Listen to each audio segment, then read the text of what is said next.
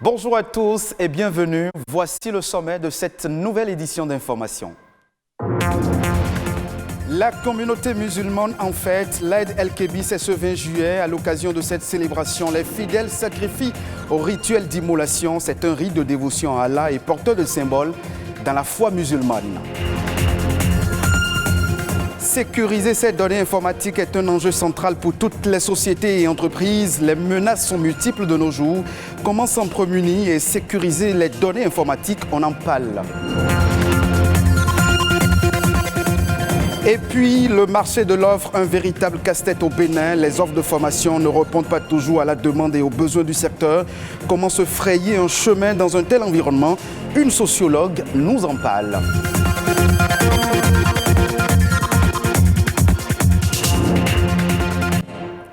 La communauté musulmane célèbre ce mardi la fête de l'Aïd el-Kébir. À l'occasion, les fidèles musulmans ont convergé en grand nombre vers les lieux publics de prière pour louer Allah avec dévotion et pitié. Au cœur de la célébration, le raffermissement de la foi et la maîtrise de soi. Après la prière, les fidèles retournent chez eux et la fête se poursuit dans les familles. L'autre étape de la célébration de la fête de Tabaski, l'immolation du mouton. Les croyants musulmans sont invités à verser le sang sur le sol, non pas pour le souiller, mais pour le purifier. En islam, l'immolation du mouton est un sacrifice divin et un acte de dévotion. Quel est le symbolisme de l'immolation du mouton pour un fidèle musulman? Élément de réponse dans ce reportage signé Junis Setondji et Émile Azokota. C'est un rituel annuel. Il a lieu le 12e mois du calendrier lunaire qui rappelle la soumission d'Ibrahim à Dieu lorsque celui-ci lui demanda d'offrir en sacrifice son fils unique. Communément appelée Tabaski, cette fête est essentiellement marquée par l'immolation d'une bête. Dieu a ordonné à l'ange Gabriel, avant que l'œil ne clignote, qu'il lui présente un bélier qui va immoler à la place de son fils. C'est ce qui a été fait. Donc, à la place de son fils, Dieu a remplacé son fils Ismaël par le bélier. Là. Et depuis ce temps, tous les musulmans, pour respecter cela, font la tabaski, ils immolent le mouton tant que c'est possible. C'est également un acte de dévotion qui date des premières époques de la vie terrestre de l'espèce humaine. Et le prophète Ibrahim, personnage le plus éminent du monothéisme, a aussi perpétué cette tradition. C'est le travail du prophète qu'Allah l'a obligé de faire et on est en train de faire chaque année. Donc voilà pourquoi, raison qu'on fait la mouton par rapport à celui qui a les moyens. Et il y a encore des conditions à suivre. Et ce n'est pas n'importe mouton qu'il faut mouler. Mouton doit trouver au moins 6 mois et un bon mouton qu'on a besoin qui a des cornes, les bouches noires, les yeux noirs et tout le corps est blanc et les pieds sont noirs. C'est ça la première qualité. L'immolation est donc un acte d'adoration au même titre que la prière. Autant de poils de la bête, autant de bénédictions que Dieu vous inscrit. C'est vrai. Donc c'est pour cela que tous les musulmans, dès qu'ils en ont les moyens, ils le font. À défaut d'avoir les moyens pour s'acheter seul un bélier, il est permis de s'associer à 7 pour offrir un chameau ou un bœuf. Selon certains musulmans, la meilleure offrande est un bélier cornu ayant des taches noires autour des yeux et des pattes. Bonne fête donc à toute la communauté musulmane. Vous le savez déjà sans aucun doute, le piratage est devenu un véritable problème, aussi bien pour les particuliers que pour les entreprises et les institutions publiques. La prise de certaines mesures s'avère donc indispensable pour se protéger des pertes de données, d'où la nécessité de sécuriser les données informatiques. Comment sécuriser ces données informatiques? Élément de réponse dans ce reportage. Les chevaux de Troie, eux, c'est comme une antenne que le pirate, il place sur votre ordinateur.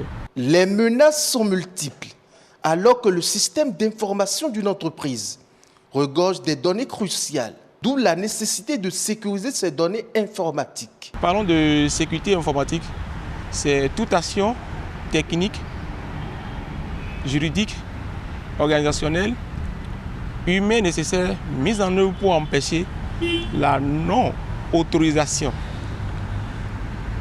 la mauvaise utilisation, la modification et le détournement des données informatiques. Sécuriser les données informatiques au sein d'une entreprise, en fait, c'est toute la procédure qui est mise en œuvre, qui est adaptée au sein de l'entreprise en vue de garantir la confidentialité, l'inviolabilité et l'intégrité des informations clients et des informations internes, des informations propres à l'entreprise. Un pirate peut chercher à s'engouffrer dans un de ces points d'accès afin de toucher l'essentiel du système d'information. Il convient alors de protéger les données sensibles à l'aide de différentes solutions techniques.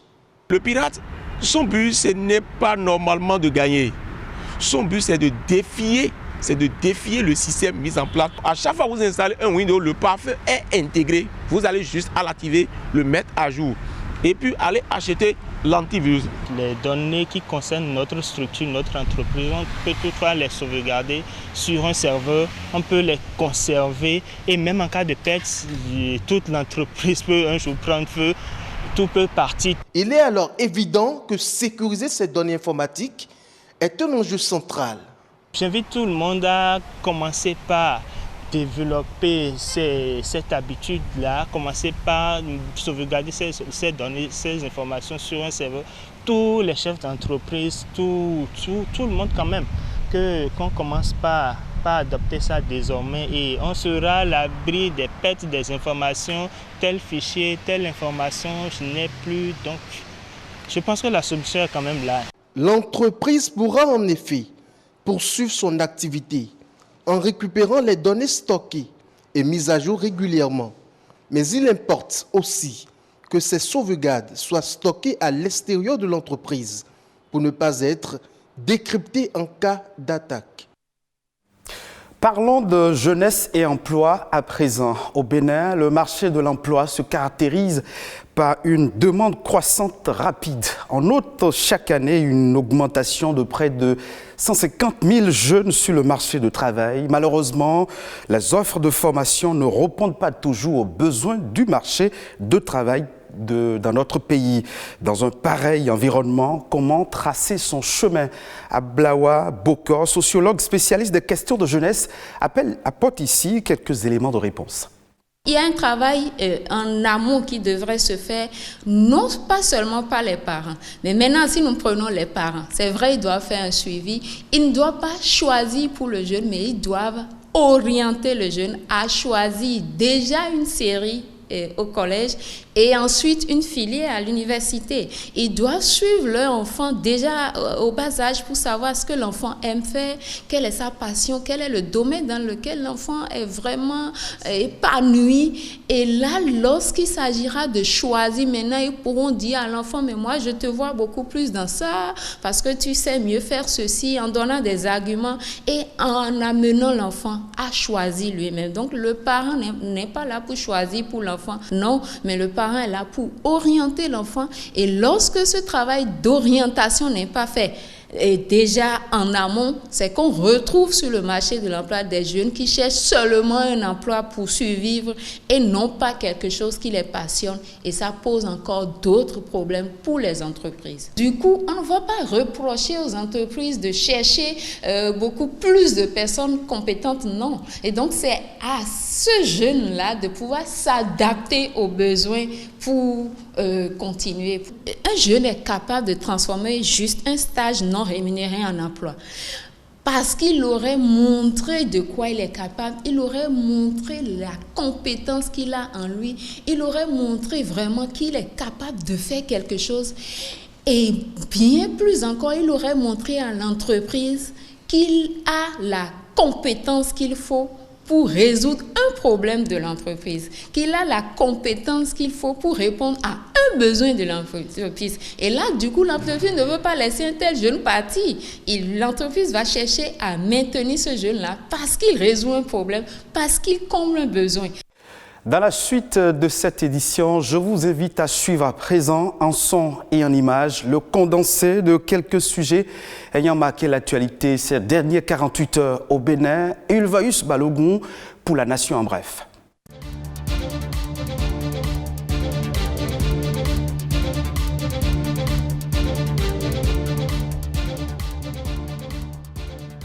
La Cité internationale de l'innovation et du savoir, CEMECITI, a signé avec l'Université de Sorbonne un accord de partenariat qui porte sur l'innovation à travers la recherche, la formation et l'entrepreneuriat. Selon la directrice générale de l'Agence de développement de CEMECITI, le but de ce partenariat est de permettre la science et l'innovation au service du développement. Le premier projet de l'accord prend en charge un master scientifique en management de l'innovation qui cible les diplômés dans les domaines scientifiques et qui apporte une formation complémentaire en innovation.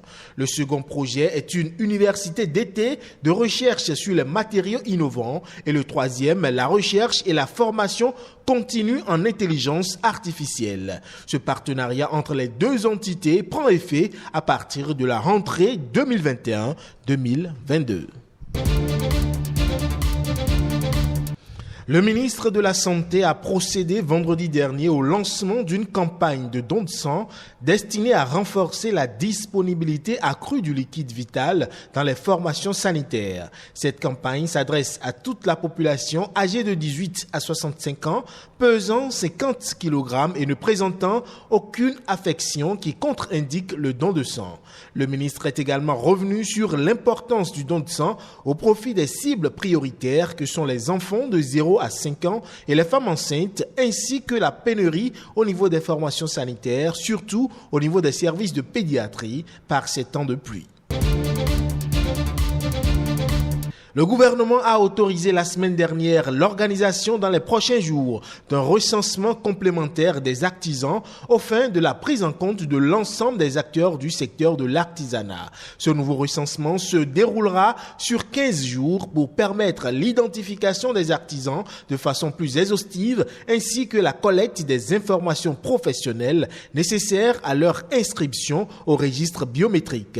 Toute chose qui devrait leur permettre de bénéficier des avantages qu'offrent les réformes en cours, notamment les formations prévues dans le cadre de l'assurance pour le renforcement du capital humain ARCHE. Le premier recensement qui avait été organisé du 23 février au 12 mars 2019 avait permis de recenser 241 029 artisans.